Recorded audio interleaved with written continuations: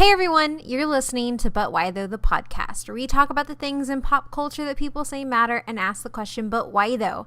Before we get started, make sure you head over to all of our social media at But Why Though PC on Instagram and Twitter, and facebook.com/ButWhyThoughPC for our Facebook.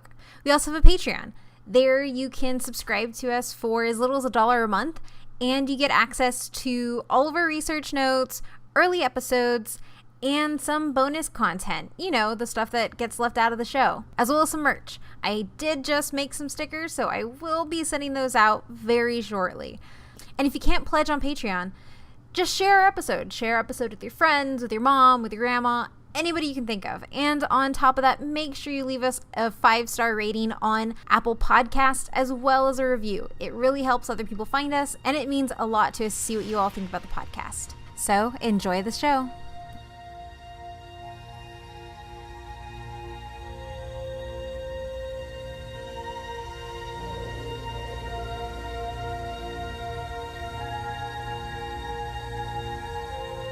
Space, the final frontier. These are the voyages of the Starship Enterprise. Its continuing mission to explore strange new worlds, to seek out new life and new civilizations, to boldly go where no one has gone before.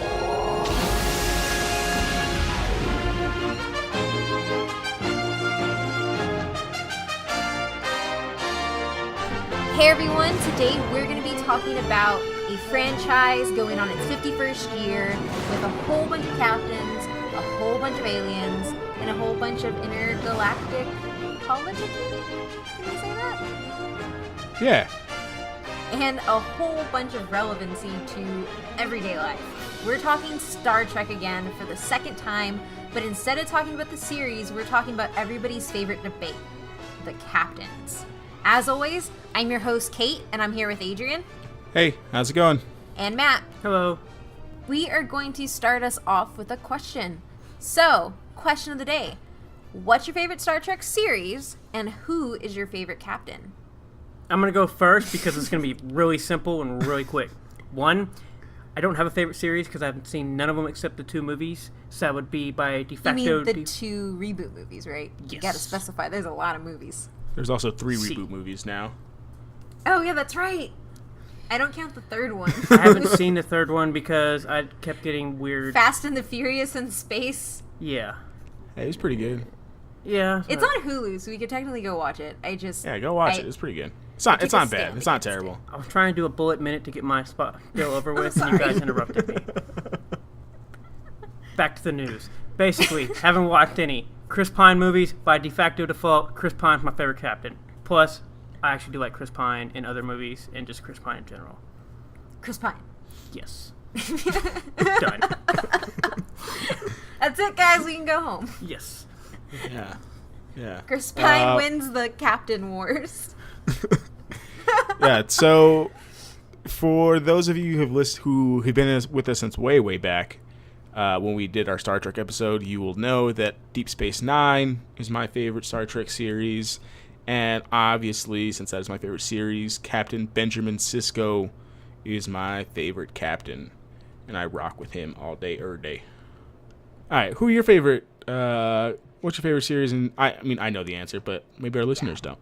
Yeah, so if you did not tune into our first Star Trek episode, my favorite series is bar none The Next Generation. Half of that is because I binged it all to write my undergraduate honors thesis. And the other half of it is because I just identify with a lot of the themes in it. And my favorite captain, as you can tell, is Jean-Luc Picard, played by Patrick Stewart, a.k.a. Charles Xavier, a.k.a. the guy in American Dad. And also in Family Guy. And Family Guy. Technically, he's a baby in Family Guy. Oh, he's a baby in Family Guy. I forgot about that. Yes. And he's and this is, and I'll get into it when I talk about him, but like the acting ability that exists in Patrick Stewart in The Next Generation alone, it makes me mad that he's mostly only an animated series now. So I'm all right with that. Yeah. As usual, we will have one person leading the episode. For the most part, we're probably going to do things a little bit different today and have a lot of conversation. But I'm going to hand my captain's chair over to Adrian. You are relieved, or whatever like the proper term is for Star Trek. I don't know. I'm not part of the Federation. I would be a Klingon if I had a choice. Usually something bad just happens and somebody sits in the seat, if we're going to be entirely honest. So you're saying there's a chance I could be a captain despite not seeing any of these? Yes. God. Matt's a red shirt. Matt's the red shirt of our podcast group today. That seems to be a common theme.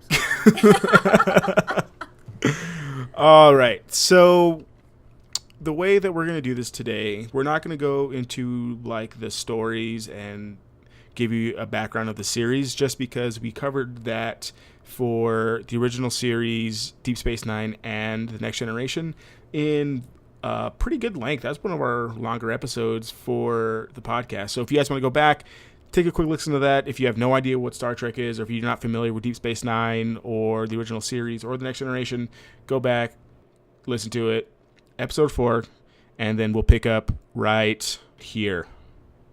Okay, you're back. What did you think about the episode? Was it awesome? I know check it was. out Through the Other Side of the Wormhole also for episode 4. Yeah. Okay, go back, listen to that. Come back. All right, welcome back. We're glad to have you. So now that you're all versed on the histories of Star Trek and some of the main series, who are the captains that you might not be familiar with? So we have Captain James T. Kirk, who's played by William Shatner, Captain Jean-Luc Picard, who's played by Patrick Stewart, Captain Benjamin Sisko, played by Avery Brooks, Captain Catherine Janeway, played by Kate Mulgrew. If that name's familiar to you and you've never watched her, she's Red from Orange is the New Black. And she's a complete badass in there, too. Yeah, she is. She's definitely like the same person almost. It's awesome. And then you have Captain John Archer, played by Scott Bakula. He's in a whole bunch of stuff.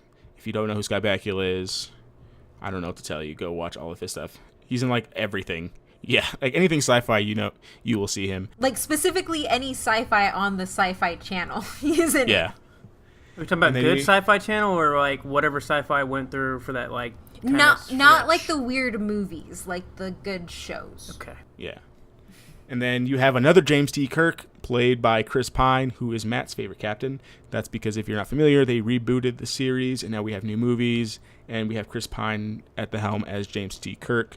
And we're not going to talk about Star Trek Discovery because it's not out yet at the time of this recording. After that's done with, we'll probably do some Other Side of the Wormhole for this episode, and we'll probably talk all about what we think about the new captains and that series in general. But for now, we're just going to stick with those.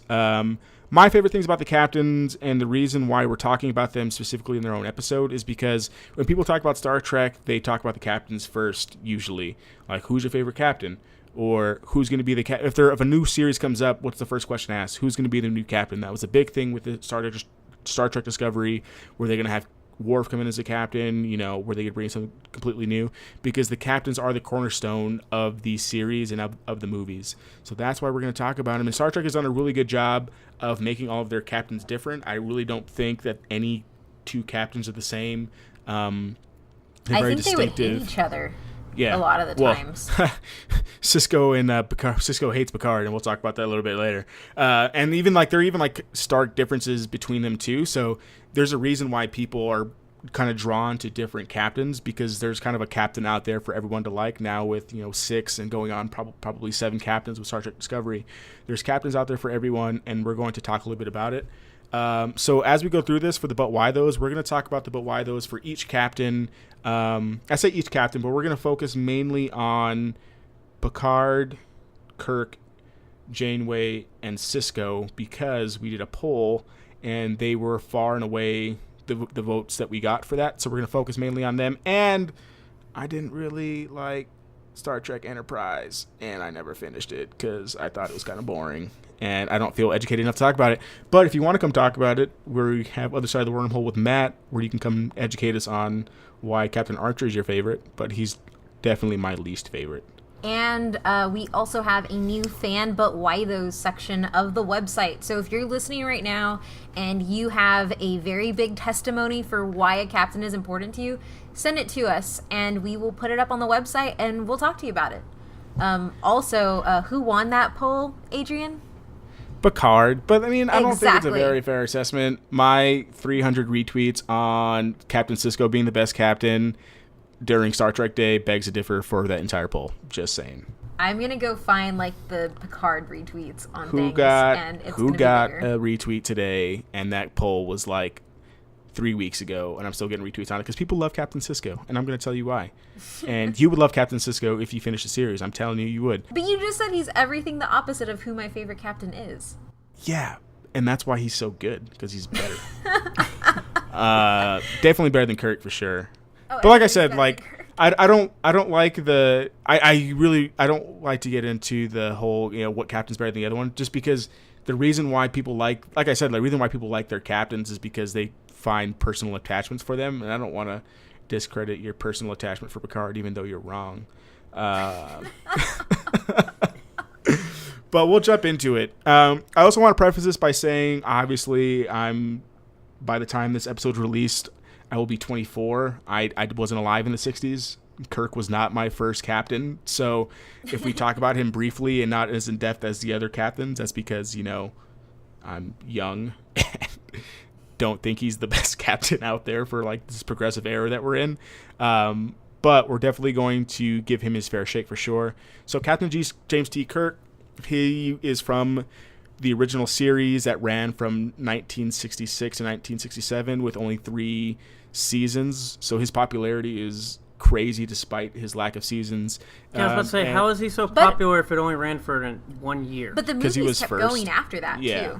Yeah, You and have he the was movies first. going on. Yeah, and yeah, one he was first, but you also have the movies going way past that 60s time gap. So he's kind of pervasive in everything. Yeah. And then the time period that he's mainly in, if you don't take into account like all the time travel stuff and all this other stuff that goes on in Star Trek, he's in the 23rd century, and he is captain of the USS Enterprise NCC 1701A. I preface that because I say that because there's multiple Enterprises all throughout Star Trek, and just because he's captain of the Enterprise doesn't mean he's captain of the same Enterprise that, say, Picard is, that we'll talk about later. Yeah, and also everybody has a different ship too. Yeah. Like personally that they're attached to, so like the ships can be their own things. Oh yeah, don't. I mean, Matt, don't. The reason why people hate some Star Trek purists don't like the new Star Trek movies because they keep blowing up the ships, and the ships are supposed to be like this sacred thing, and they blow up the ship in like every one of their movies. So that's why Star Trek purists aren't super big fans of the J.J. Abrams and, you know, Justin Lin Star Treks, if you were wondering. All right. Okay, so I don't care when people like fantasize over like inanimate objects. Fantasize? Yeah, or like we care so much about a ship. Yeah. Well, I think it's more like the role it plays in the mythology of Star Trek. Like the ownership of a ship is super important to how captains become captains and how those captains act when they go onto different ships. So basically, they took the whole entire code of pirates and they put it in space. yes. yes. So I don't even Exactly. need to have this. I can talk about pirates and drink rum. Well, you're not. they- Well, they're not Ferengi. The Ferengi are pretty much the pirates, This is but also it's nautical. All of it is Navy based. Their ranks, the way they handle things on the ship, the way the ship is directed, it's all based on the Navy. Am I allowed to throw Jack Sparrow in there as my favorite No, captain? you're not. What about No. Captain Han Solo? I'm down. All right, so James T. Kirk, to answer Matt's original question, I was like, well, why is he so popular? I think one of the main reasons he's popular is because he was the first. If you go back and watch William Shatner's documentary, The Captains, everyone always says, like, well, you were the first one to do it. You know, we had to, like, think of different ways to do it. You didn't have anything to go on. That's why, you know, your version of the captain was so, like, iconic, because he was the first. And he had, like, this new thing to do. You know, not easier for Picard to, or not, it's not easier for Patrick Stewart to come up with the character he came up with, but it is easier for him to have like a baseline. Okay, well, I don't want to be like that. You know what I mean? So for him to just do what he did, and as eccentric and crazy as it is at times, it definitely, we wouldn't be here without William Shatner's portrayal of James T. Kirk. And James T. Kirk himself is, I would say, I don't know where I would put him, like on a moral spectrum, like code spectrum thing. Like a D&D, like a D&D morality. Yeah, I don't know where I would put him. I will say that he is like very decisive in his moral code. Like doesn't like to break that, even if there is, no-win scenarios. I mean, he's famous for the Kobayashi Maru, which the Kobayashi Maru is like a basically no-win scenario where they make the captain pick between winning, like basically between like saving lives or like killing their crew, basically a no-win scenario. And Kirk is so sticks to his moral code so much of the need to protect life and to do what he thinks is right that he cheated. Like he put in like a code to cheat the Kobayashi Maru and to basically save everybody and win the simulation. So that's kind of like how he runs his ship. Like he's a man of action. He likes to protect life. He likes to be in the scenes. He is definitely like the adventurer of all of the captains that we're going to talk about today. Like when he beams down, he doesn't say, hey, go beam down. He's like, hey, who's coming with me to come beam down and, discover this, or to go defend these people, or to go overthrow these tyrants, because he hates tyrants. He doesn't like people abusing power and things like that. So he's very morally strong. But also it comes with kind of some bad stuff. I don't know if this is just kind of like, me and Kate were talking about this before we recorded today. Like, I don't know if him being like a womanizer in the show is because William Shatner was like that in the 60s, or just because people in the 60s wanted to see that kind of stuff. But he has sex with a lot of chicks, a lot of alien chicks. It's also really hard to like, because it's also like not necessarily just the amount of sex he has like as a womanizer, I guess. It's also like there's a lot of misogynistic stuff that he does to like the women on the ship. But then again, it's also hard, like it is a product of its time and it was the 60s. So it's hard to say like whether or not that was Shatner bringing that, if it was written in, or if it was just like a part of its time. I personally have like this idealized of Roddenberry that I don't believe he would like purposefully do that, but then again, I have like an idealized version of Roddenberry, and the 60s were a bad time for a lot of people, so I thought people were just having sex all the time in the 60s. This is very true. The hippies were just banging it out on yards. That was the 70s. And we have to give Kirk credit, or Roddenberry credit, for despite like having Kirk do all this, stuff, he did have the first interracial kiss on TV, which because you went back and listened to episode 4, which we talked at depth about. Yeah, so you do have some good things there. What do you think about Kirk, Kate? Out of the entire original series, Uhura and Spock stick out to me more than Kirk does. And even more than any of the other characters. And I think most of that is just because I identified with them more than I identified with Kirk. But so far as Kirk himself, there's just a lot of icky stuff that he does. Is just a lot in his interaction with with alien life forms and other beings. That's my only thing with him. But what I like do, what? huh? Like what? So like every captain goes back on the whole don't interact with people. Like don't interact, like the Federation code is like you don't interact with the things around you when you go to a new place, because that just messes things up. But the entire crux of Star Trek is people going into these places and messing things up and fixing them and that types of stuff. But I just thought there were way more relationships that were happening, and I honestly think it was the amount of sex he was having with these aliens. That kind of it didn't make sense for me, especially because he was so decisive when it came to his code. Like, I also believe that the Kobayashi Maru, that goes down in one of the best captain maneuvers of like all time. Like overall, like that is known even in the Star Trek world, even if you haven't watched the original series, that type of tactics, by any means keeping your moral compass to where you have dedicated to it. Like, that to me, I appreciate that about him. I really, really do. Yeah, I think he's a good captain. I can appreciate what I will say. So I'll say this: I like the Captain Kirk in the movies more than I like the Captain Kirk in the TV shows. I don't know if that's just because he's older, and like the stories are just different. They're more about like the adventure and the unknown rather than him. Just being eccentric and like throwing himself at his enemies to like fight them. Literally throwing himself at literally his enemies. throwing himself to fight people, like some Batman, like some Adam West Batman type fighting going on there. I will say this, in the movies, he's extremely empathetic. Like, the type of relationship building that you have in the movies is something I think Kirk in the series is missing. Yeah. And yeah. Like, I can definitely appreciate movie Kirk over series Kirk.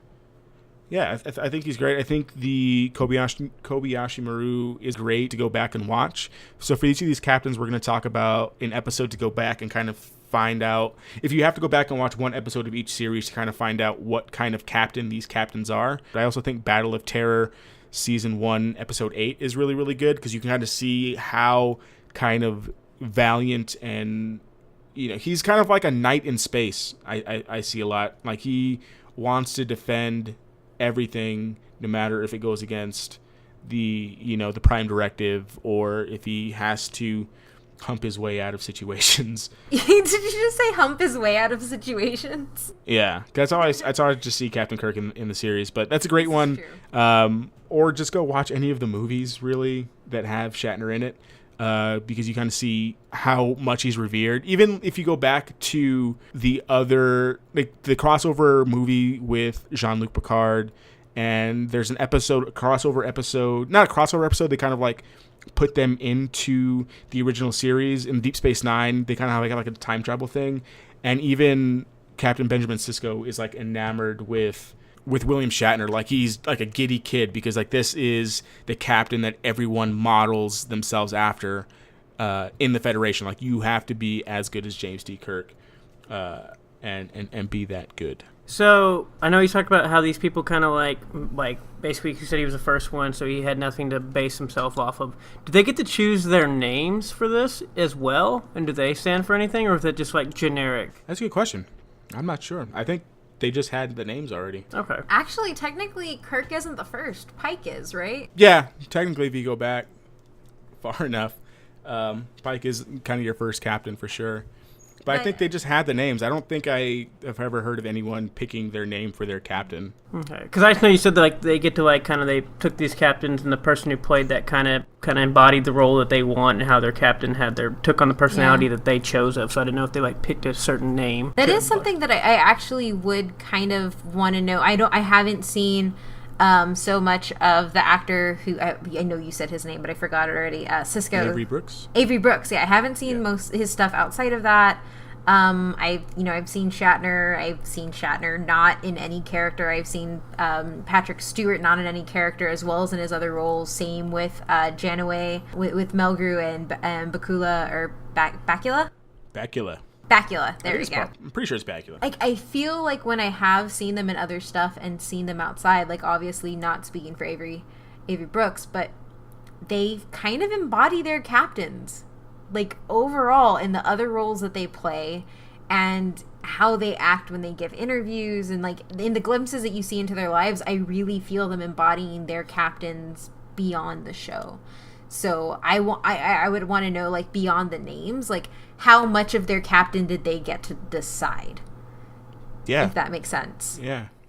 I would imagine they would have a pretty good say in it. I think Shatner, had some say in the directions they took him. I think that's why he was so happy to do the role, because they kind of let him, go whichever way he wanted with it, and he went really dramatic. So they liked it, so they went with it. Speaking of dramatic, can you transition us with your best Shatner impression? We are going to go to Captain Jean-Luc Picard. And because I don't want to talk about Jean-Luc Picard, not that I don't like Jean-Luc Picard, I've seen, that was my first Star Trek. I watched every episode of The Next Generation multiple times. I love The Next Generation. I mean, some of my favorite characters in Deep Space Nine come from The Next Generation, so I love it. But I'm going to let Kate talk about Patrick Stewart because it's her favorite, and I don't want to step on her toes. So you can have the chair back while you talk about your favorite. Thank you, Adrian. So I'm going to be talking about Jean-Luc Picard, and he was part of The Next Generation, which went from 1987 to 1994, and this was the last series that Roddenberry had his hand in. Roddenberry died in 93, I believe, and his time period is the 24th century, and he is captain of the USS Enterprise, NCC 1701C, NCC 1701D, and NCC 1701E. One of the main things when it comes to Star Trek is you think of science and you think of technology, and you think of how Star Trek all the way from the 60s to today has influenced astronauts, has influenced creation of new technologies. When you listen to creators of new technologies, they often credit Star Trek. So the importance of science in Star Trek is always highlighted. One of the really big reasons why I love Picard is he focuses on not only the sciences, but he also focuses on the arts.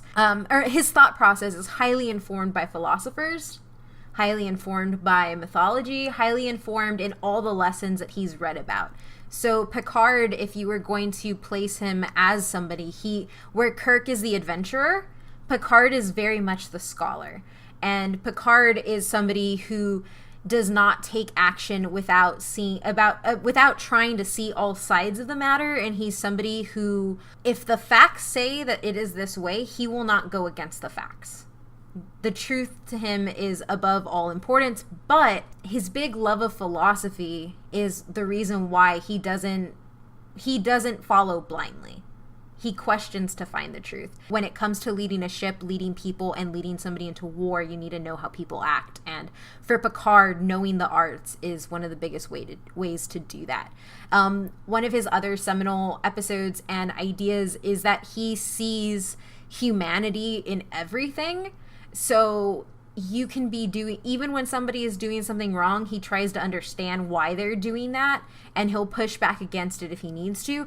But the biggest thing comes into play is when the Federation is trying to take Data away because Data is an android and they believe he is property.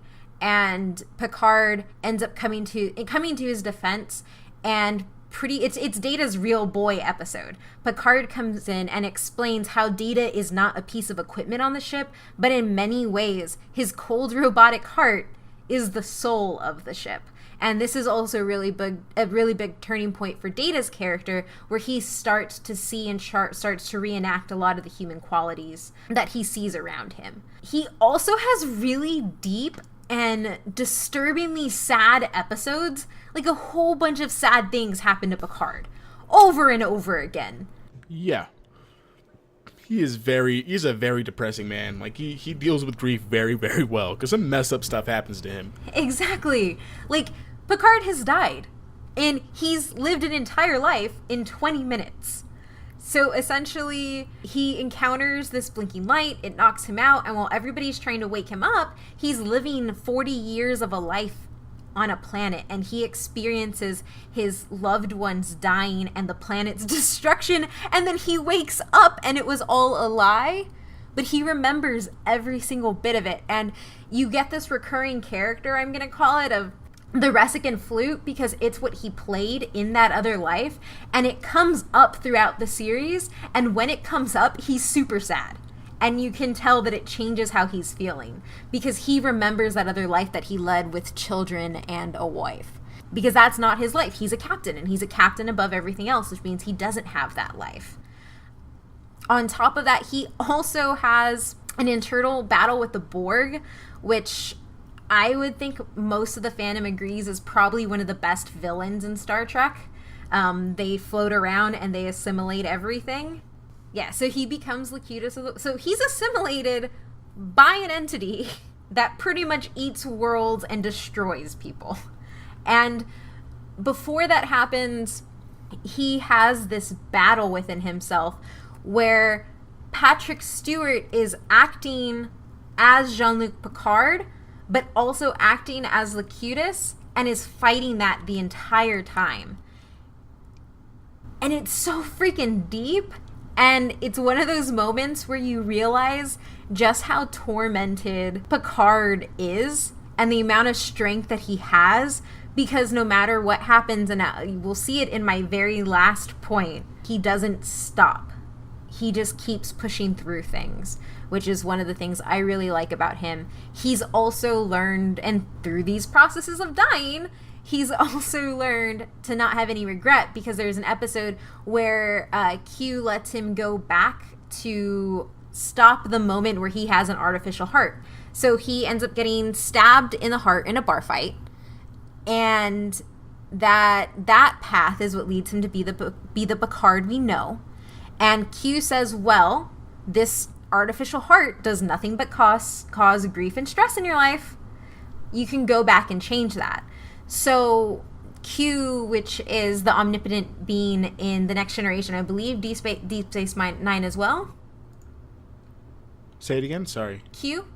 He's in Deep Space Nine as well. Yeah, he's in. I don't know if he's in in Star Trek Enterprise, but he's in all of the main Star, like the ones, he's in Next Generation, he's in Deep Space Nine, he's also in Voyager for sure. Okay. And so he gives him, he's this all-powerful, omnipotent being, pretty much a god, and he gives Picard the ability to go back and change his path and not have that stab in the heart. And so Picard chooses to avoid that, and he lives a regular life. He avoids all danger, avoids all risk, and he just kind of fades into complacency and mediocrity. And that's it. And so the episode ends with Picard accepting that his biggest weakness is also his biggest strength. And he ends up living through getting stabbed in the heart again and redoing that entire part of his life. Also, when it comes to battle, Jean-Luc Picard cleared an entire ship of terrorists by himself. I know I said he was a scholar, but he is more than well equipped to handle hand-to-hand combat. He also, I know that Kirk is specifically told that he cannot be taught the Vulcan nerve pinch. Picard was taught the Vulcan nerve pinch, and he does it in that episode, and apparently people went crazy. I don't know if any of the other captains know it, but that was something that was like super important to like the ending series of fights in that episode. And then on top of that, when it comes to his battle strategies, he will usually prioritize the safety of his ship over everything, and the safety of his people, trying to make it out with the least casualties, kind of similar to Kirk. But I wouldn't say that he would cheat. Like, I don't think that type of thing goes to him. Like, he's going to play it as tight to the chest as he can. And he's not going to betray, and he's not going to lie, because the truth to him is everything. And that does get into some trouble, but it is something that he upholds when he needs to. He's also Picard is also the character where Roddenberry's atheism really comes into play. There is an episode called Who Watches the Watchers, and it's probably one of my favorites, where they come down to a proto-Vulcan civilization, the Mintakans, and they end up seeing Picard, and they call him the Picard, and he becomes God. And then you get this monologue where he talks about the evils of religion and how it's a detriment to society and how they had gotten past that. And by him assuming this role of God, he has put them back and ruined their intelligence and their progression. And up until this point, you don't get a lot of that, and you don't get Roddenberry's atheism really up front. He never really talks about it, but he also doesn't have a lot of overt religious tones like you would often expect. Like, it's not Battlestar Galactica, which is like all religion. And in the original series, you do get some religious stuff, but it's the 60s, and that I believe Shatner actually put in when Kirk says things. But for Picard, it's this really strong stance. And for him, he sees religion as a lie, and he sees believing in a deity is a lie. And that goes back to his strong assurance that it is the truth above all else. And this is also the reason why Wesley Crusher ends up leaving the series, because Wesley is involved in maneuvers that gets another ensign killed. And Picard finds out about this, and instead of sweeping it under the rug or just accepting an apology from Wesley, he confronts him, gives him a speech about the truth, and says, either you tell them or I do. One way I'll respect you, one way I won't. And so you don't lie to Picard. And in his with all this being said, his weakness is probably his pride. Overall, once he gets behind an idea, he won't let it go. He's very much a dog with a ball. Like, he will keep going at it, and his need to maintain that truth and that path is so strong that it sometimes gets them in trouble. And it happens in the movie First Contact, when he wants to keep going at the Borg and not sacrifice his ship. And he has at First Contact, he has this history of the Borg, of going through the assimilation process and seeing the damage that they've done. And he says, they invade our space and we fall back. They assimilate entire worlds and we fall back. Not again. And he wants to keep pushing. Ultimately, he realizes that this need to win over the Borg is second to the need to abandon the ship and let it self-destruct to save the people on it, which is ultimately what he does end up doing. But his pride almost costs him that. Now, where all of this truth and pride and constant tenacity and push comes in is the 2 episodes that I'm going to tell you to go watch if you want to know Picard, and it's Chain of Command 1 and 2, Season 6, Episode 11 and 12.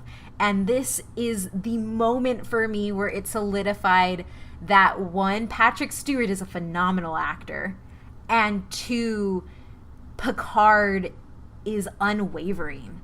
So Picard is captured by the Cardassians, and if you've ever read 1984, the torture tactics is the guy in 1984 holds up 4 fingers and he tells the other person to say that there are 5.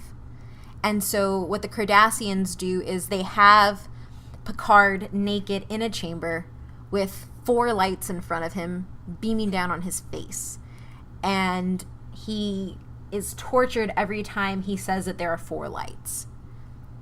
And they want him to say that there are 5 lights. And Patrick Stewart actually demanded that he record all of those scenes on a closed set, fully naked, so he could feel the fear and pain that Picard would have been feeling in those moments.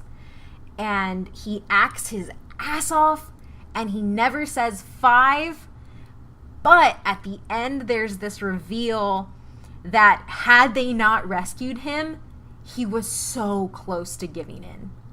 Because he had actually started lying, because he had started to believe that he was actually seeing 5 lights, but he knew there were 4, and he kept pushing on 4, but he was so close to, he had already mentally broken, he just needed to say it, and he wasn't saying it. These episodes also fall to the importance that his crew places on him, because the Federation have another captain come in and man the Enterprise while he's gone, and Riker, his number 1, absolutely refuses to do what this new captain is saying, because it is not how Picard has led them, and it's not what he sees as the right way of leading them. Yeah, he's also a jerk. Yes, and he is a dick.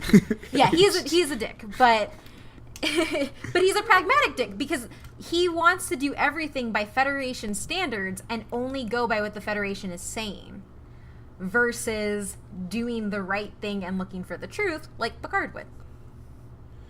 Yeah, I don't really have anything to add, because that's exactly what I feel. I think out of all of the captains, Jean-Luc Picard is far and away the best actor out of all of them, I would say. Matt, any thoughts on all the stuff you just heard? I'm sure a lot of it was new to you.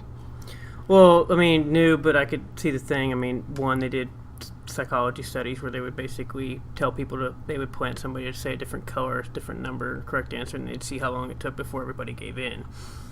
Can you speak a little? Just speak a little louder. Oh no. So they used to do psychology studies with that, where basically they would plant somebody in the classroom to say the different colors, different number, and they would see how long it took the 8 children to basically give in on whether they would say correct it, and they found out that basically it was pretty crazy on how fast people actually give in and how much they actually changed their actual answers, and then to the point where people would actually believe that the answer, is green when the actual color is red, or there was 5, like you said, instead of 4. So it's interesting how long you put out, but just the fact that they've done studies like that to look at different types of psychological, I guess, even breakdowns, or just the mentality of people of following basically either a crowd or something.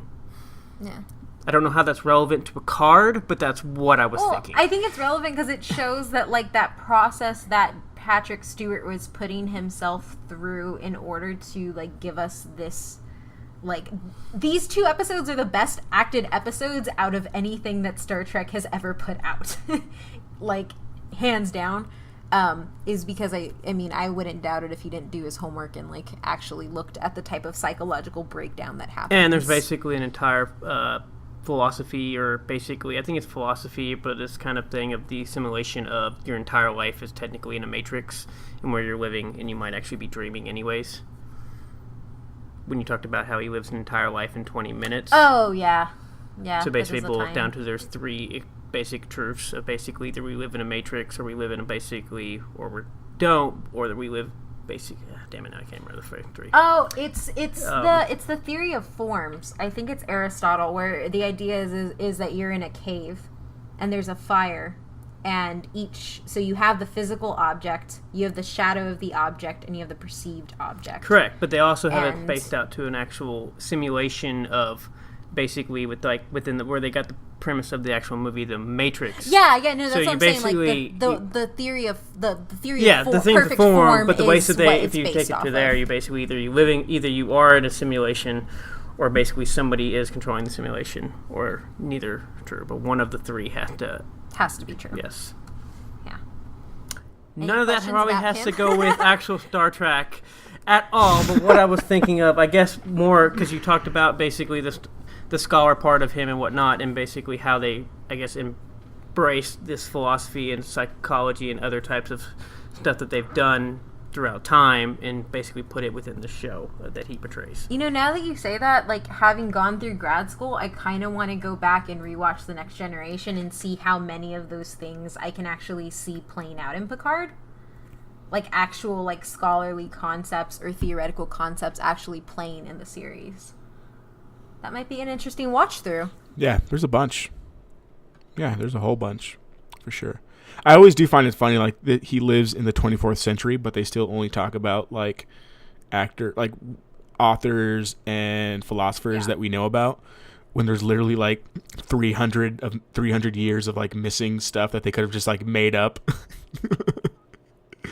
So, well, I mean, even if you think, I just think it's funny, like, you can't think of nobody. They could make up one guy. Well, I mean, if you think about today, can you name a philosopher from even, like, maybe the 18th century? I can. They could have talked about Neil deGrasse Tyson. I mean, in theory, yes. They do have. Yeah, you could actually go through that. So they do have. Stephen Hawking is the only person to be on a Star Trek episode to play himself. Yeah. So that much is there. Yeah. Yeah. And a hologram. It was awesome on the holodeck. All right. So, who's your favorite so far? Is Picard your favorite yet? Oh, no. I'm waiting to hear all of the available choices. That sounds like a Picard answer. You sound like... I know, you sound like Picard already. I do actually think that you would identify the most with Picard, just because of how he goes through things. Well, that was one of my questions, but apparently I got it knocked out and answered after the second captain. What do you mean?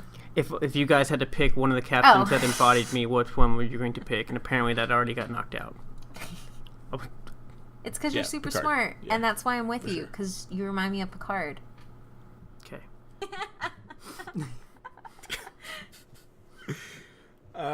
Okay, my turn. Here we go. I'm not going to be anywhere near as articulate as Kate, because I didn't write my honors thesis on Deep Space Nine.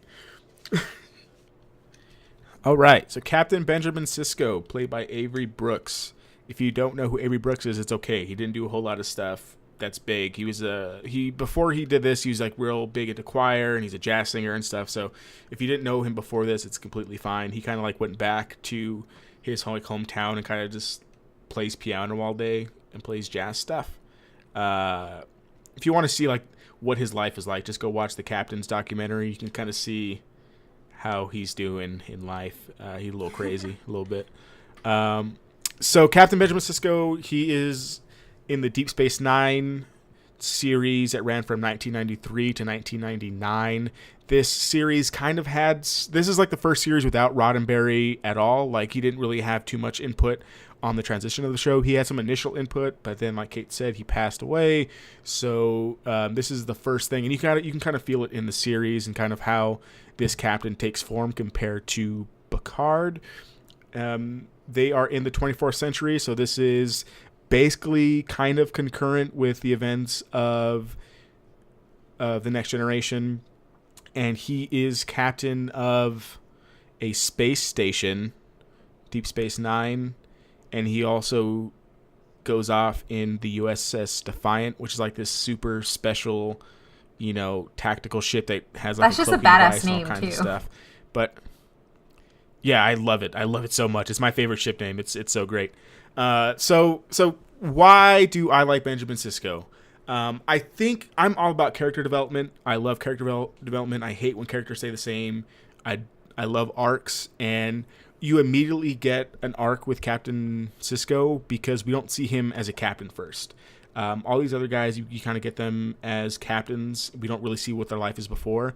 We first meet, our first episode or so, we get Captain Sisko as a commander, and he meets Captain Picard, and he doesn't like Jean-Luc Picard because as Kate talked about before, when Picard was part of the Borg,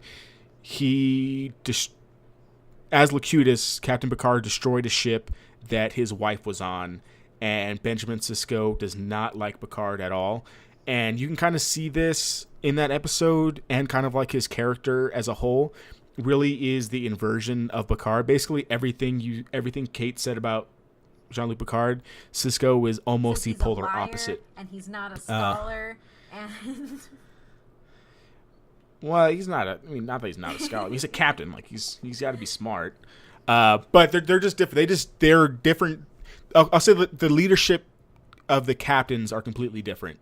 So you can see this between, Kate mentioned Q earlier, and the way Picard deals with Q and the way Sisko deals with Q is completely different.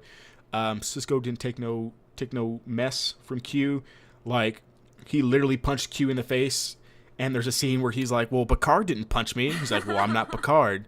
And if that doesn't like give you a sense of like how Sisko is, I don't know what does. To watch this now. And it's so good. He's just such a good captain. And another example is the example of, basically, I don't want to give you too much of the thing, but the prophets he deals with like with this not primitive but just less advanced civilization, and they believe in these prophets. And at the start of the show, he doesn't really believe them, but he sees stuff a lot, and like nothing can really explain it. Then he starts to he not accept the prophet religion, but understand that those people, why those people believe what they believe, because of like how powerful like these entities are and things like that, where Picard would have just dismissed the prophets. Not if he saw them, because he does encounter a god force and disproves the god force when he meets them. I don't think Picard would have been able to go through being possessed by a prophet like Sisko would.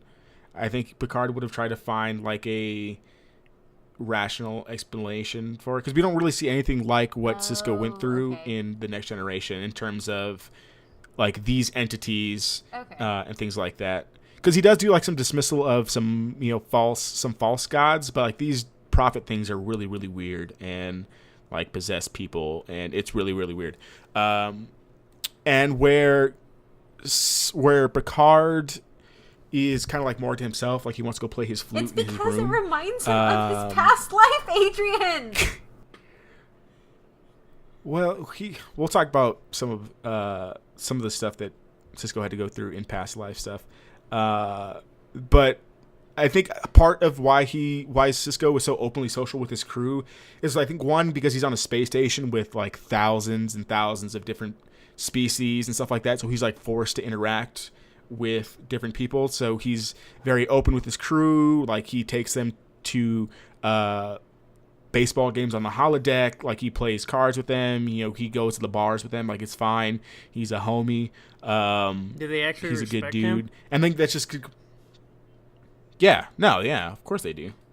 Because of some stuff we're going to mention later, I think he's also like the everyman. And by that, I mean, I think he's what a captain would be if an everyday person like was a captain. Like, the stuff that...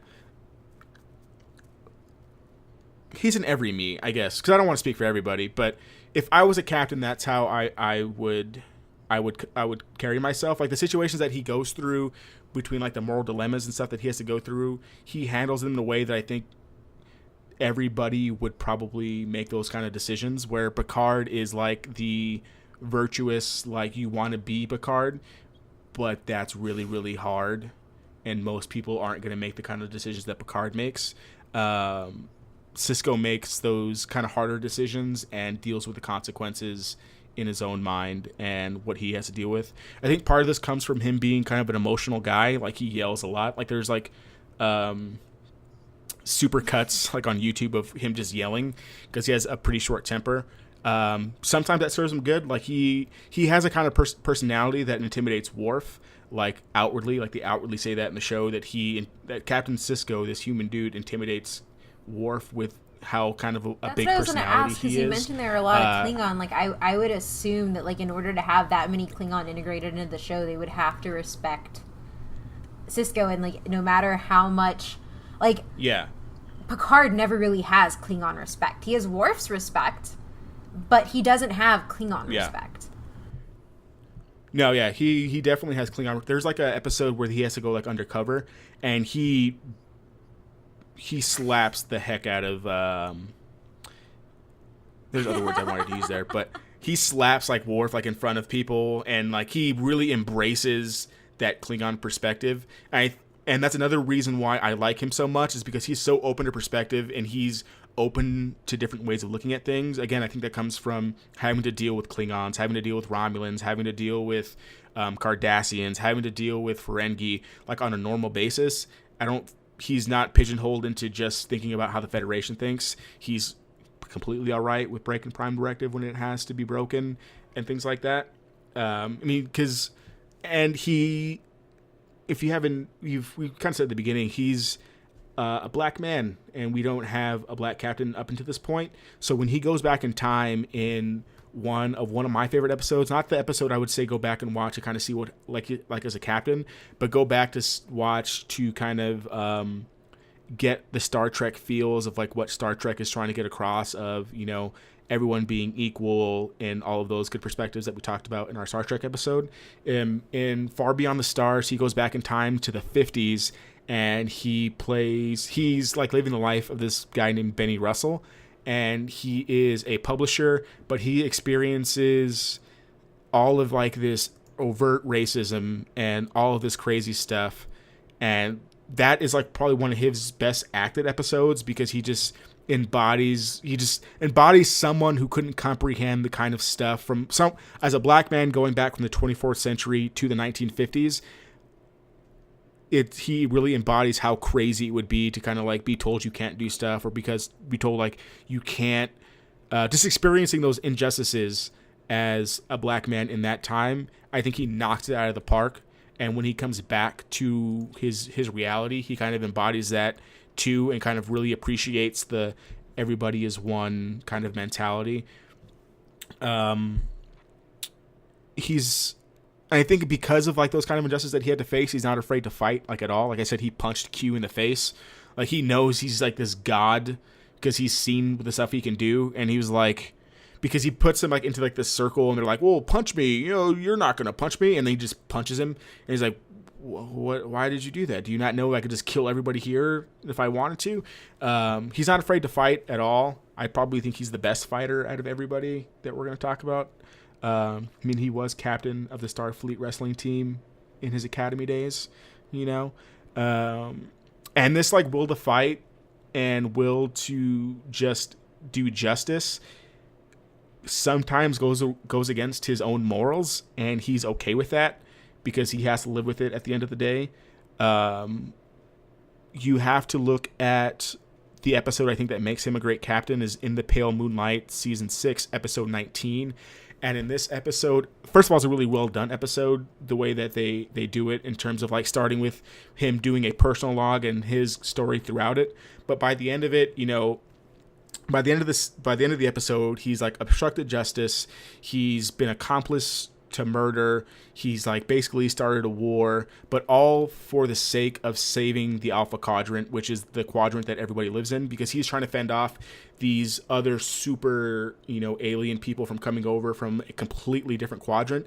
And he does all of this stuff in the name to save the Alpha Quadrant. And some of it, he says, even in his end monologue, that he's going to have to deal with it. He understands that, you know, he says like his dad used to tell him that the road to hell is paved with good intentions. So he's going to have to like live in his own hell for all the stuff he did, but he knows it was in service to save the Alpha Quadrant and to save lives that deserve to be saved. I'm rambling. Sorry. Do you have any questions? On a scale of 1 to 10, Cisco? how much do I match up with him, with 10 being the most likely? I'd probably say 5, I think. I think you can see things in Captain Sisko, but I think you could match him, like, emotionally, I think. Because he does, like, when he doesn't agree with stuff, he says he does not agree with stuff, and he will do stuff. He will say it yelling at whoever it is because he doesn't care. He knows what he knows what he knows is right, and he will, like, defend that. You know, if it means punching at a god in the face. That is Matt.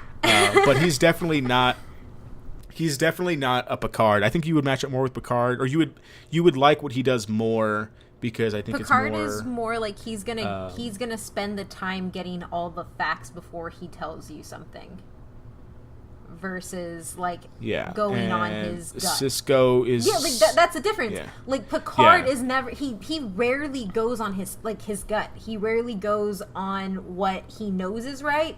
He has to do all the legwork to find out if it's right first. Like that inherent quality to make the decision at the moment, like that is something that Picard lacks. Yeah. And I think he does stuff. He would do things that I don't think any of the other captains would do. One, because I think Kirk's moral compass is too kind of straight and narrow. Even if it's different than Picard's, I think he would stick with his morals at the end of the day. And like Kate said, I think Picard is more gather the facts and then do something. Whereas Sisko, one, I think his threats were a little bit more immediate, I think, for the most of the entire series, basically. Like, he's literally defending this wormhole from, like, these guys who would destroy Klingons before they come over and basically destroy the entire, you know, everything. So he's pretty decisive in his decisions because he kind of has to be. And I don't know if anyone could, like, make those decisions like he could. I give respect. Yeah, and I think he's just pretty no nonsense, to be honest. I think he's the most badass captain.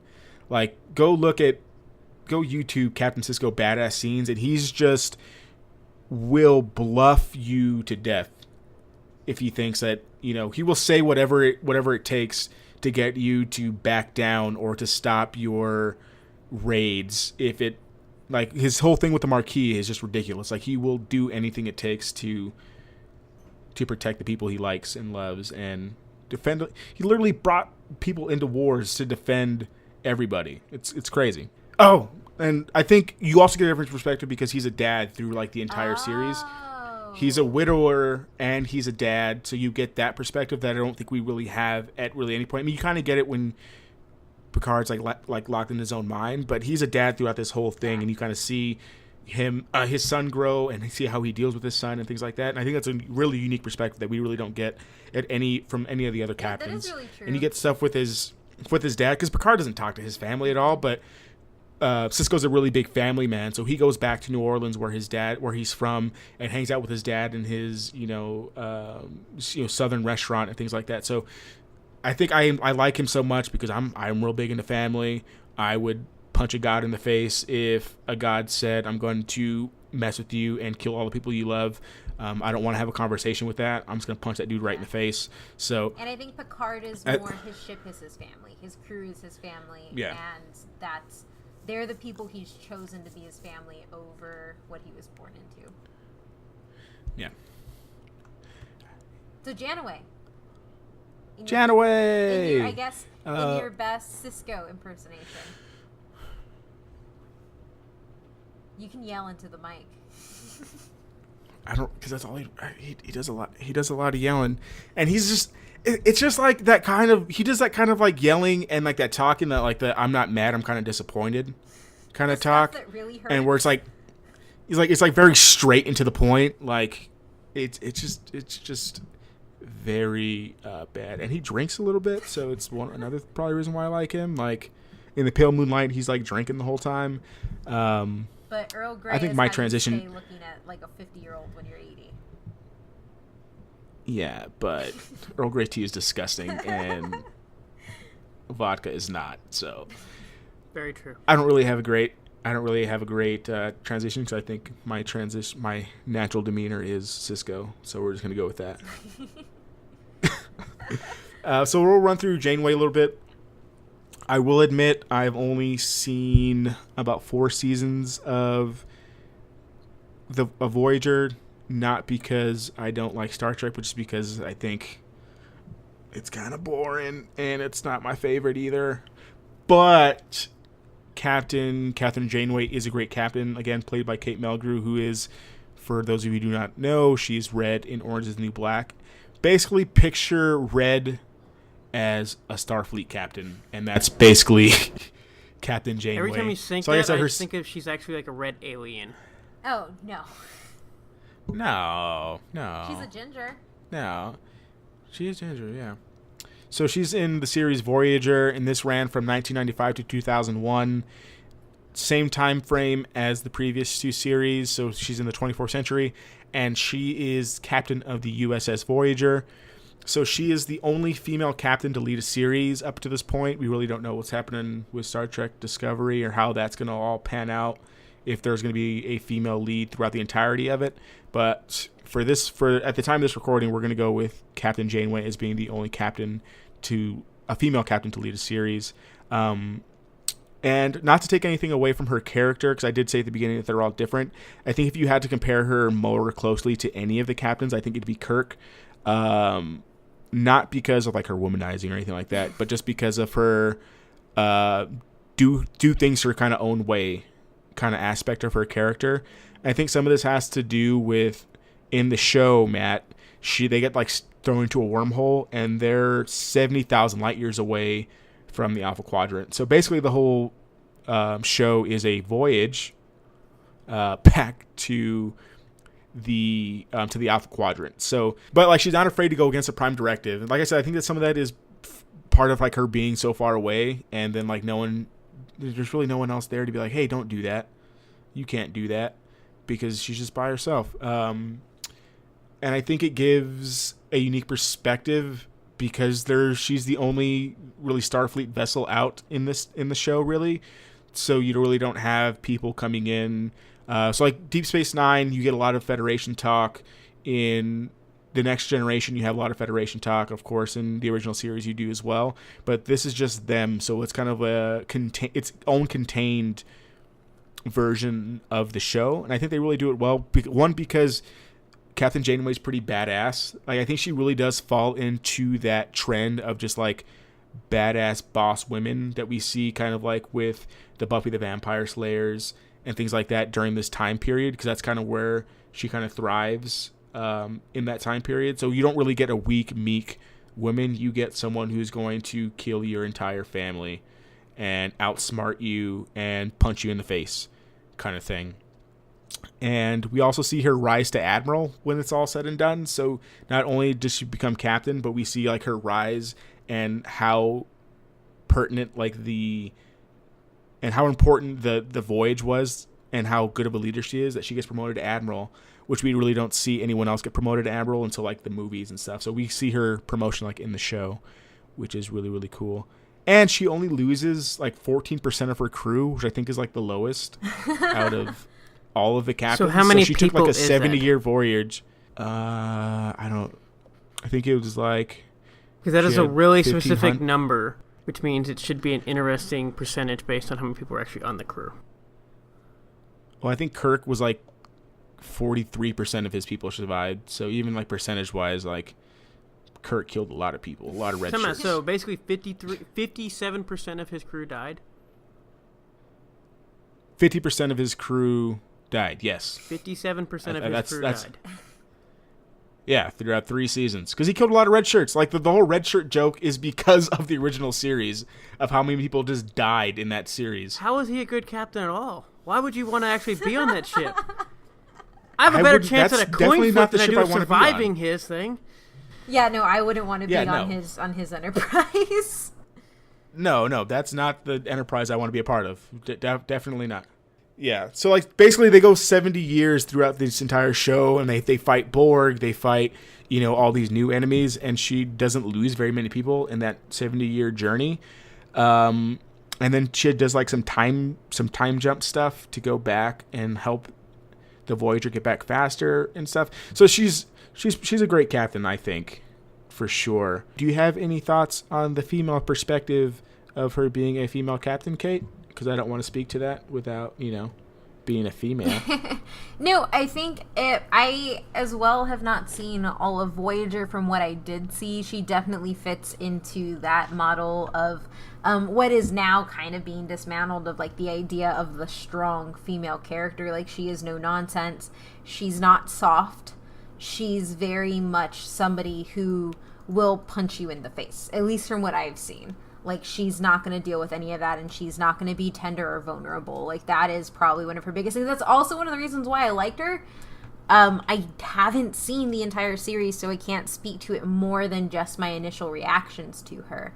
But she you had it right. Like, she at least from what I've seen, she does definitely fit into that 90s trend of feminism, into like the early 2000s. Well, I guess that's better. I'd rather be hit in the face by her and survive than basically like, hey, let's go on this adventure and you're probably going to die. Actually, not probably. There's a really good chance you're going to die. Yeah, there's definitely a seriously really good chance you're going to die.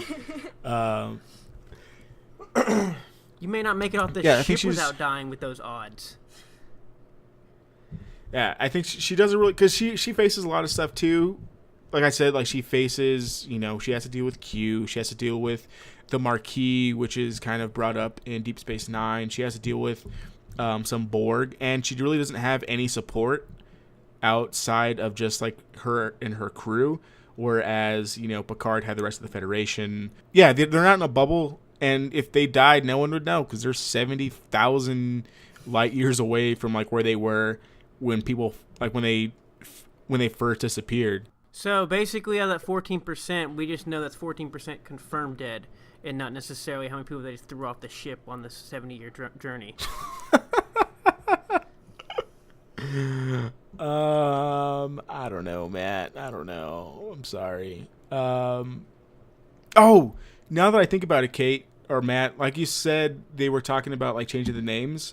I think the original, and people can correct me and at me if I'm wrong on this, but the original name of this character, I think, was Nicole Janeway, or like Nikki Janeway, or something with like an N. But she suggested that they change it to Catherine. Because it's a strong ass name. For those of you who don't know, that's my full name. She spells it different, and I imagine some of it has to do with her name being Kate. But yeah, so yeah, there is someone who did change their name. So, haha, you were right on the money there. I think Janeway's is just a good name in general. Yeah, that is definitely a really good name. Yeah. Yeah, and she kind of like tells Picard what to do in Star Trek Nemesis, because like that's where she is an admiral. If you guys can remember back that far, like she outpaces. Not that like Picard ever wanted. I don't think Picard ever wanted to be an admiral anyway. But Janeway outpaces all of the characters we've talked about to be an admiral and tell that bald-headed dude to go philosophize with the Romulans. I will say this though, Picard actively does not try to go past captain. Like, he wants to stay captain. Yeah, for sure. That's why I said he's not the captain type. I don't think any of these people, other than Janeway, are anyone who wants to be admiral. Yeah. I think they like the action too much. That is. I mean, yeah. she spent 70 years on a ship. I don't think she wants to. Yeah, she doesn't want to be there anymore. Yeah. And we can. I mean, I can't really speak to Jonathan Archer at all, Captain Jonathan Archer, just because It's a good name. I just didn't. It is a good name. I will say that he is also in a unique position because chronologically his series takes place before Everything. Before everything in the 22nd century. So, like, chronologically he is the first captain, so the stuff they do is a little bit different. But I think it's just weird looking at it because, like, all of the production values are a lot higher, and you have to go, like, watch that compared to, like, the original series, and it's just weird. And I don't think the cast is, like, very, very likable. If you're new to Star Trek, if you've never watched an episode, and you actually want to get the whole stories and come into the Trekker fandom, start from the beginning. Start from the beginning and work the way up. That's how I see it. So it's just like the Phantom Menace of Star Trek? Or you can skip the original series, which is what a lot of people tend to do. I would just start with the Next Generation and just watch the original series movies if this is your first thing of Star Trek ever. I don't think it's like telling someone to go watch the Phantom Menace and then. Oh yeah, that's what I just said. Yeah, I know. I didn't know if Matt. you heard me. I was just like, everybody kept talking. I was like, oh. He's stealing your ideas. Yeah, no. I don't know. No, I completely agree with you. Go watch the Next Generation and then go from there, I think. Or just start with Deep Space Nine. Literally, the way you said that and portrayed that, in the way the series set up, it literally sounds like they just said, "Oh, let's just do a Phantom Menace," and it also came chronologically in the time period. Actually, matches up with that as well. Yeah. Yeah, I think there was this fatigue because if you look at it, they go from basically like 1987 to 2005 straight. Like, there's no breaks. Like, you're just going straight through. And they probably had a lot of fatigue. Probably why they're bringing back Star Trek Discovery now. I guess they're hoping that with the new movies that people are interested enough to go watch another Star Trek series. I'm interested. I'm excited. I'm gonna be watching it. I'm super hyped. Yeah, I love it because this is, maybe this is where you get your first start since this is taking place before the original series technically. So maybe they're just trying to like phase out Enterprise and like make you start there. So in this last little bit, we can talk about James T. Kirk again, but the Chris Pine version. Who is very different than Shatner Kirk. Yeah, very different. That's all I want to know. I just want to know the differences. Yeah, it's chronologically just different time frames, so they just grew up to be completely different people. I like this James T. Kirk better. Yep. Because you get all of the cool stuff of why James T. Kirk is cool without all of the misogyny. Yeah. Yeah. Why do you like James T. Kirk? I like Chris Pine. Okay, well, why do you like Chris Pine's Kirk? Because I like Chris Pine. Oh. All right. Well, I guess that answers that. I mean, I guess this one seems more because I think they do seem to be, I guess they do play like adventurous and everything else. I know growing up with some of the shows, it seemed to be more of a like portrayed, I guess, almost like a drama type thing. Most of the scenes basically took place on a ship the whole entire time with a lot of dialogue. So obviously, as a kid, it's like, oh, this is cool, I guess. Nothing happens. But this, they kind of revamped it to be more, I guess, with a faster type pace. I haven't seen the third one, which I think seemed like from what I've fastest pace yeah, ever. from what I've read and everything it's been told, maybe the pace got a little too fast. But I do like what they. Was it Fast and Furious? I don't know. I still need to see it. I've thought about it, but wasn't that. Huh? It wasn't that good. Yeah. It wasn't that good. Yeah. And so, but I did like how they they moved it up to basically another time, I guess, another generation to see, and I guess I just like the pace of the movies that they go and they actually do things rather than sit on a ship and talk over and over again. That's fair. You probably like Deep Space Nine more than Next Generation then. Yeah, no, I mean, the Next Generation, because, I mean, that's what my family watched or something. Part of it was Next Generation, and sometimes when you try to watch it, I'm like, So they've had 30 minutes, and they've literally just shown this scene of this captain. He kind of spun in his chair twice. They've had... Playing a flute. It has meaning. No, I'm just kidding. All right, so let's... I will say this, though. Let's wrap this... Just to speak to Matt's point, I did not get into Next Generation until I was an adult. So when I watched it for my thesis was the first time I actually sat down and watched. My mom... And I guess if I'm going to a movie, I'd definitely rather see that than pay $30 to go to sit through a drama. Which makes sense why the ships explode. Well, we don't need to Michael Bay it up per se, but they do explode. Yes. I don't know. There's an action sequence in this new one that I'm like, when I saw it in the theater, I was like, man, I'm never gonna experience it like this ever in my life because of all the surround sound. It was just really, really cool and really, really. I never thought I wanted Beastie Boys in Star Trek, and after seeing that scene, I really want it for the rest of time. It's really, really good. Don't shake your head. It's pretty dope. It's on Hulu. Go watch it. Okay, so to wrap this up, because we are longer than I thought we were going to go, and I think that just happens because He talks a lot. These captains are, yeah. To be honest. You said it, not me. So with Star Trek Discovery coming out before the time of this recording, by the time this comes out, it'll already be out, and we can give initial thoughts about what it's like then. But what do you from right now? Like, what do you expect from Star Trek Discovery, Kate? What do you want from like the new captain, or do you care if they do a captain? Like, do you care if it's just like they focus on a commander, like it seems like they're going to do, or what? What's your thoughts? I don't care who the character focus is. I just want that character to be good. And it makes me excited because I really love Michelle Yeoh, and I think she is a phenomenal actress. And same thing with Sonequa Martin Green, who is Sasha in The Walking Dead. And I think that they both have the ability to hold scenes on their own. And I think it's going to be more about exploration. I'm hoping, at least from the trailer I've seen and some of the stuff I've read, it looks like more of an exploration adventure narrative than what we just talked about, all the drama of a spaceship. That being said, Lucius Malfoy, the bad guy from The Patriot, is the captain, so I'm Jason Isaacs, so I'm expecting him to be a little bit of a dick, because that's kind of the character he always plays. We talking about Mel Gibson's Patriot? Yes. Okay. Yeah. I was like, that movie was so long ago that I had to that root for. That movie's so good. That's fine. I just know that's like movie's almost 15 years old. Yeah, no, but Jason Isaacs' character is like the perfect villain in that movie. But yeah, so I hope it's not focused on the captain, just because of all of like my residual anger from everything I've seen Jason Isaacs in previously. I don't think I could connect with him. Yeah. Matt, are you even going to watch Star Trek Discovery? Well, one, I don't have TV, so I don't know exactly going from there. Yeah, we'll have to stream it on wherever I can find it. But hey, you can stream it on CBS's streaming service. Isn't that where they're putting it to, or something like that? So. Yeah. God, that's another episode for another time. Suck it, CBS streaming service. If you really want Suck me to. it, all streaming And services Disney. at this point. Yeah, but CBS has the worst because they refuse to put it on anything else except their service, their freaking website, and they only put 6 episodes.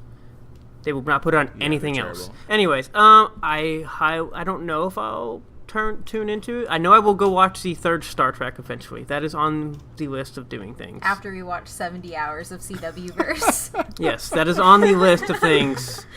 That is just one of the movies. I don't know why at the time, just never saw, but I think I complained about it too much. Been on the list to go see it. That might have been it as well. I think that's what it was. I think every time the trailer came on, I complained, and I think I kind of ruined it for. See what happens? Yeah. Yeah, I mean, I don't know if Kate will like it, but I don't think it's. I think it's a Star Trek you want, Matt. I think. But as far as the show, I don't really know any of the characters you watch. I'm just not, for some reason, I'm just not that big into following shows as much anymore on TV. I don't know, I'm not that excited for it, I guess. Michelle Yeoh, for reference, though, is in Crouching Tiger, Hidden Dragon. She's the main, teacher. You want to give, shows that are, within the past decade? That's a movie. Oh, yeah. Technically, if we want to get technical here, the Actually Twitter in me is coming out. They did release another one with her as a Netflix original in the past year. And nobody watched it that much. I don't care. It is still within the last 10 years, and it still has the same name. You keep giving these references to these movies. I'm like, I have to go look up what the movie's even about anymore. I anymore. also have not seen it. You've never seen the first one? No. The new one that came out. Well, I've seen the one's first really- one so many times. It's really good. It's really good, but it's also a decade old, more than a decade that I don't remember it that much. It's a martial arts movie. Martial arts cinema doesn't age. Sure. Okay. Yeah, but moving on from this, but I don't know. I might check it out. I'm gonna have to start checking out these shows eventually because I've really turned in, as you put it, to the questionnaire, and so I might as well just host some of these. You can referee a battle of the Yeah. captains between me and Adrian. Like Yes. we can come up with situations to put them each in, and me and him would have to like do our homework to like do how they would respond, and then you can choose which captain would win in that situation. That would be fun. Cisco would kick the shit out of Picard. Vulcan nerve pinch. Adrian, He Discovery. would kick the shit out of him before he even grabs him. So what I want for Star Trek Discovery, like I said at the very beginning, I love character development. So I really don't care who the focus is, as long as it gives me a different perspective. The reason why I like Star Trek so much is I can see different perspectives on the captains or like on the crew, on the main characters. And as long as like that's developed and, you know, the writing is done well, I'll sit there and watch it through the whole entire season, to be honest. Yeah, that's all I really want. I'm not expecting too much. I haven't really watched anything since that first teaser, so I don't really know what to expect. I just want a good show. So interesting question though. So you guys say you don't really care who it focuses on. Do you think, as a people who like are pure Star Trek people, if they go with this whole like non-focus on captain, not really play the captain up, do you think that is a good or bad thing? Ooh, it would be, yeah, purists. But I mean, just I guess for the actual fandom, I guess in general, I know there's purists would obviously hate it, but For the purists, it's a bad thing. For the fandom in general, I would say no, because like Adrian said, there was a lot of fatigue on how the series were. So if they're going to bring it back, it might be good to have something fresh. Yeah, and they're bringing in, you know, established actors, so they're not just kind of like, this isn't some random Netflix original with people that aren't known. So they're doing it well with a diverse cast like Star Trek has done since the 60s. So I think it'll be all right. I don't think, unless like the writing is terrible or they just go completely off book with stuff. I don't. If they spoke like Kate said, if they focus on the exploration and stuff, I think it'll do well. I'm hoping it does well. I mean, I like Star Trek, man. Just give me more Star Trek. Just like Star Wars. Just they can keep pumping it out. As long as it's good, I'm gonna keep watching. So final thoughts for me. I think the captains are important, and why we're talking about them today is just because they give Star Trek fans, or just anyone in general who watches Star Trek, someone to root for. No matter what their personality is, there's attraction to some captain somewhere. Like, I don't think anyone can watch Star Trek at any one of these series and not identify with one of these captains, like wholeheartedly, or at least aspects of the different captains. And without them, if it was just like a show that was just about the people and they kind of like equally distributed, you know, the importance and like the focus, I don't know if it would be as prolific as it is now, where they're able to maybe just not focus on captains in Star Trek Discovery. Like, if they would have done that in the 90s, I don't know if it would have been as good, because the captain at that point was like, you wanted to be Jean-Luc Picard, you wanted to be Captain Kirk. Yeah, those are my thoughts. My final thought is, if you thought Patrick Stewart was a good actor in Logan, go watch Chain of Command 1 and 2. He acts his ass off. Agreed. Yeah. So we told you who we think you are as a captain. Do you think, is there a captain that like we've talked about that you liked? I have questions first. Okay. Main things for my final thoughts. One, you guys all said your favorite captain. What's each of your least favorite captain? Kirk. Shatner Kirk. I would probably say Archer, just because he's the one I'm least familiar with, and I kind of stopped watching the show because he wasn't enticing enough for me to be like, oh, okay, I'll keep tuning back for Enterprise because of that captain. I could have kept watching Janeway, but I just didn't like the supporting cast in Voyager for me to keep watching it. Point Adrian. Quit the show. So I can't deal with the misogyny. I'm sorry. it was the 60s. No, I just honestly, I didn't say Archer because I haven't watched any of it really with Archer, so I didn't feel like I could say he was my least favorite because I But haven't in really some watched terms, it. if you didn't even want to tune in, that could almost Not well. I guess technically you have to at least Yeah. watch. To be fair, you have to would watch like, something. I but- watched pieces of it, but I was also watching all of the Star Trek when I was writing my thesis and everything, and so it was really hard for me to finish on time constraints. But I never went back. Like, I stopped and never went back to those, whereas I've powered through TNG like twice already. Okay. So Second question. One, I guess for both of you, what captain would I most likely be, and which one would I least be? I guess like. I would think you would probably like Picard more, and I think you would probably like Archer the least, probably, to be honest. Okay. Either that or just like aspects of Cisco, maybe. Fair. I'm pretty much on the same page with that. Yeah. Don't know how I feel about that. Why? I don't know. Well, I think if I showed you some of the episodes that I brought up, like, I see you in Picard because you form your arguments a lot like Picard does. So what about Jane? Janeway? Yep. I think you'd Yeah, I like think you Janeway. like her. Okay. I think you'd like her no-nonsense style because she's pretty much like... Yeah. She would be the people in Arrow that you root for that just shoot somebody because it makes sense to shoot them at that moment. 14% And I didn't give you an episode, but the Thaw season 2 episode 23 is a pretty good indication of like her leadership style and her ability to just like outwit and just like petrify people for how badass she is. So Yeah. for our listeners who want to go check her out, and Matt to go check her out. You should just watch all of the episodes you mentioned, Matt, and like that's all of the Star Trek knowledge you need. Yeah, pretty much. I can get behind that. I can do that, possibly. We'll add to the list.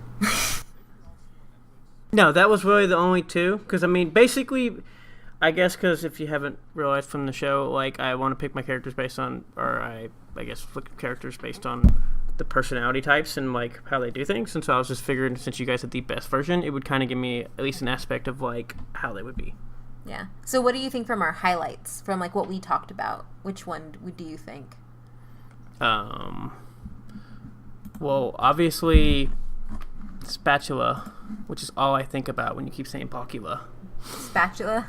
Yes. The one who has no information? Yes, so the one that has no information, I can't really know, but all I know is Adrian said he quit Star Trek. I was breaking it down. You said, what did you think which would be thing? And I was going with him first of, like, I have no information on him except So that so you're axing them out. I'm axing him completely out Okay, because okay. Adrian literally quit the show off of this guy, and I have no other information. Okay. I mean, I literally know I thought this- you were choosing him. No. Okay. Yeah, I was like, why? I literally called him Spatula why because that's like the only thing that comes to my mind, and there's no other information other than he might be related to Archer. But obviously Picard, I like the way he does things, it seems like, so it'd be definitely C to relate to him. As far as Cisco, I think it could totally be, I guess, as Adrian said, a 5 out of 10, only because there are, when I look at this list of what he wrote, I'm like, well, that makes sense, and I like this perspective stuff. But then there's other things that I'm like, out of all the people that I kind of want to know, I guess Catherine Janeway seems very intriguing out of the most. Okay. Only because she's on her own, and the fact that he said 14%. That is, okay. I can see that. Because if you're on your own with no help and you still get 14%, even though we don't know, it could have been higher. She just threw the bodies out the Matt, garbage disposal. nobody was throwing bodies out of the ship. We don't know this.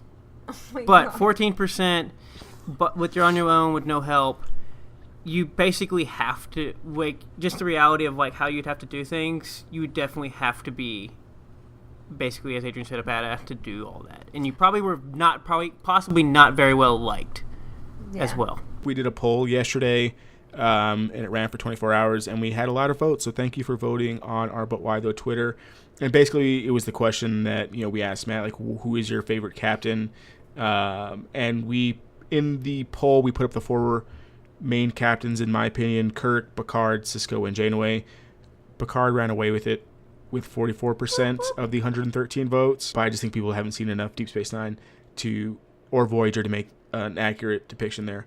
And then we had Kirk at 31%, and Cisco at 12%, and Janeway at 31%. And we also had one person say Captain Archer in the comments. So there's love everywhere. Yeah, but that's it for me. Yep. You can have your chair back, Kate. That was our Captain's episode. Like I said, we do fan but why those, and we try to say them on the show, but we didn't this time because nobody got to us. But if you listened and you want to throw your 2 cents in on why Archer is the best, or why any of these captains run away with the prize of best captain, let us know. And I'll put it on the website, and I'll spotlight it on our Twitter page at ButWhyThoughPC. Also, since we are doing this, if you can basically portray the captains, do you think they picked the right captain? Our host picked the right captain for themselves. Tell us what captains you think we are. You've heard the episodes. You obviously know how people talk and their personalities of somewhat. You know us very well. It's fake. It's one of my favorite episodes ever. So as always, you can find me at ohmymythrandir on Instagram and Twitter. Adrian? You can find me at SuperReese93, SuperRuiz 93 on Twitter. And Matt? And you can find me on the Twitter at datm18, DATTM18. And I also want to say a special thank you for all the love we received the last week and a half. We went up 100 followers on Twitter. So thank you guys. And keep following and liking and leaving us reviews and ratings. And let's all... And listen. That'd be the most important thing. Yeah, and share us with your friends. Yeah. Yeah, make it so. Share us with your friends. Check us out on Patreon. Do all the things. Or just retweet us. We love you guys. Yeah, so I don't know how to take us out. How do we take us out, Adrian? I don't know. Supercut of Cisco yelling? Supercut. I'll send you a supercut. It's a fact. Okay. I just linked it in the thing, and you can look at it. And I had the distinct feeling that victory or defeat would be decided in the next few minutes.